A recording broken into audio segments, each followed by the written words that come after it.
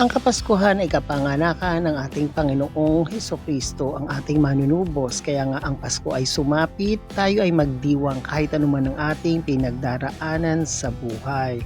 Oo, hindi perpekto ang buhay, pero kailangan natin itong paglabanan dahil ang manunubos ay nandyan para tayo ay sagipin sa ating pinagdaraanan.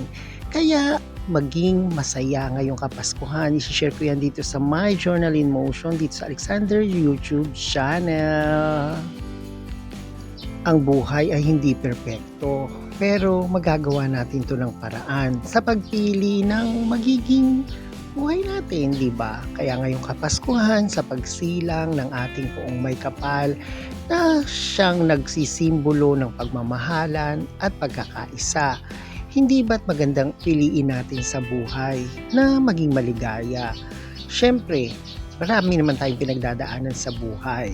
Alam natin yan, alam ko yan, alam mo yan, diba? Hindi tayo tinatantanan ng mga pagsubok sa buhay. Pero ang Christmas ay ang simbolo ng time out. Time out muna tayo dyan. Kasi piliin natin maging maligaya ngayong Kapaskuhan. Kung ano man ang ating pinagdaraanan, hindi ba't meron tayong karapatang lumigaya sa mundong ibabaw. Kasi nga minsan lang tayo daraan dito.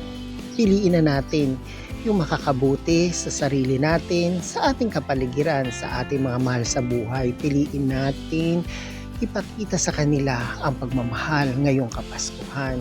Hindi nga perpekto ang buhay, pero sabi nga, pwede mong piliin yung makakagaan sa'yo.